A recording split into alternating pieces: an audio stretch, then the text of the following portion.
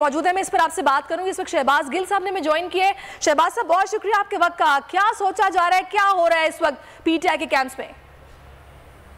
बिस्मिल्लाहिर्रहमानिर्रहीम। देखिए, बात यह है कि ये जिस केस में नाकाबिले जमानत वारंट इशू हुए हैं, ये अब तो क्योंकि मुझे भी आधा वकील बना दिया गया है सारे प्रोसेस में, तो ये बड़े अमूमी बात है। जितने भी फौजदारी के मुकदमात होते हैं उसमें अक्सर ऐसे वारंट रहते हैं और पुलिस की जिम्मेदारी होती है कि जिसके वारंट इशू हों उसको बता दे और उसने पेश होना होता है अदालत में। इसका इतना ही काम होता है।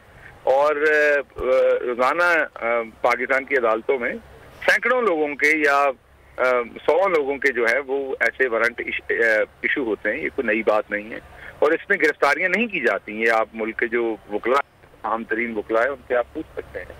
ये एक रूटीन की स्टैंडर्ड की बात है। लेकिन यहाँ पर समझ से बाहर है कि कितने केस के ऊपर एक इस तरह की चीज के ऊपर जहाँ गिरफ्तारी रिक्वायर्ड है नहीं कानूनी तौर पर, उस तरह से उस पर एक इतनी ज्यादा एक इसको एक राय बनाया जा रहा है, एक इशू बनाया जा रहा है। इनसे पूछें कि क्या पहले ही मुल्क में अफरा तफरी कम इन्होंने मचाई हुई है?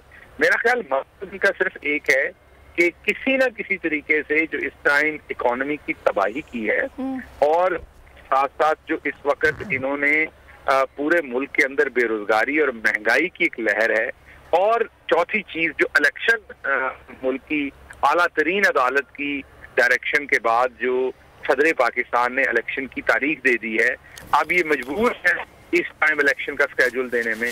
तो पूरी की पूरी काविश सिर्फ इतनी है कि किसी तरीके से इलेक्शन से, महंगाई से, इकोनॉमी से तवज्जो हटाई जाए और उसके लिए कोई अफरा तफरी फैलाए। अच्छा, ये इनका एजेंडा है, ये मिशन है जिसके ऊपर ये इनका एजेंडा है। बहुत शुक्रिया आपका शहबाज गिल साहब। समी साहब, आपके पास अहम खबर है, नाज़रीन के साथ शेयर कीजिएगा।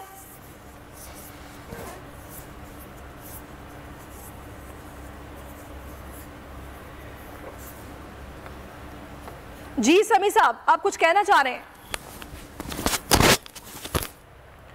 समी साहब से हम फिर से रब्ता करने की कोशिश करते हैं। अहम खबर उन तक पहुंची है जो कि नाज़रीन के साथ वो शेयर भी करेंगे। अच्छा जमील, अभी आपने बात सुनी होगी शहबाज गिल साहब की, उन्होंने कहा कि ये रूटीन की एक कार्रवाई होती है, अदालतें बिल्कुल ऐसे